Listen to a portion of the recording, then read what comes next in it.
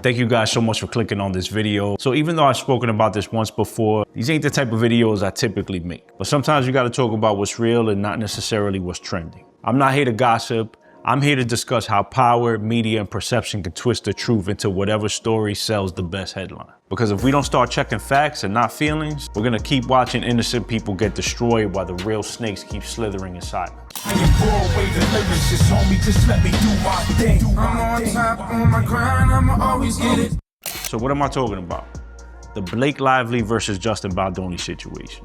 Yeah, it's gotten pretty ugly. And not just Hollywood drama ugly, I mean weaponizing the media and influence kind of ugly. If you're not familiar with the situation, I'd encourage you to do your research, but essentially her team just dropped another filing, and what they want is sanctions to be given to the opposing counsel by the judge, claiming deleted evidence, spoliation, and some supposedly lost signal chats. But that's not the whole thing.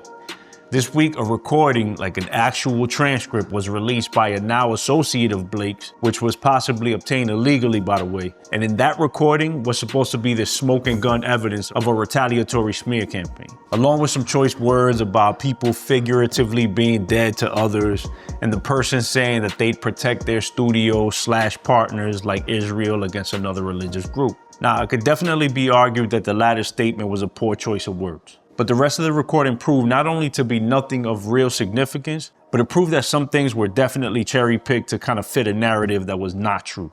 And that's dangerous. Now let's talk about what got a lot of people heated: the subpoenas. Blake and her team didn't just go after studios or producers. She went after content creators, YouTubers, podcasters, everyday people who talked about the case online. She accused them of being in contact with the opposing counsel.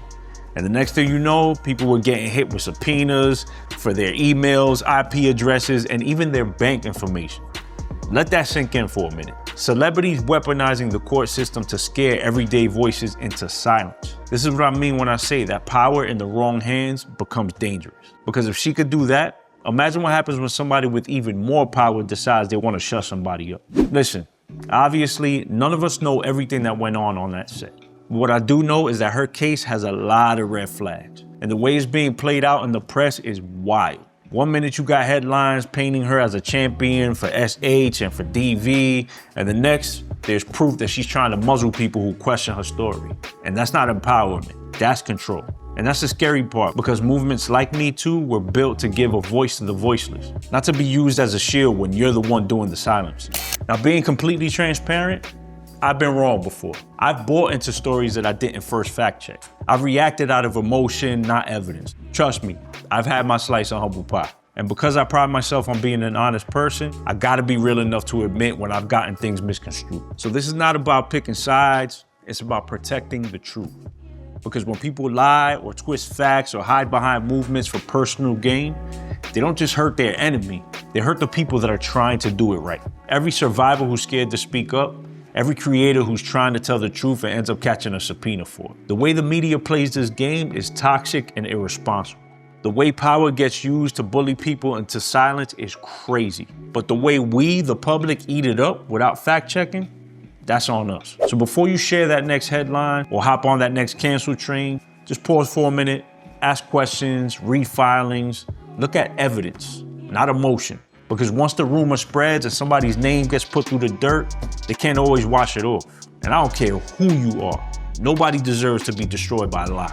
Again, this is not about celebrity drama. It's about how easily the truth can be buried in the hands of powerful people. Stay smart, stay skeptical, and for the love of honesty, do not let the headlines think for you. What is the long-term effect of too much information? One of the effects is the need to be first, not even to be true anymore. So what a responsibility you all have to tell the truth, not just to be first, but to tell the truth. We live in a society now where it's just first. Who cares? Get it out there. We don't care who it hurts. We don't care who we destroy. We don't care if it's true. Just say it, sell it.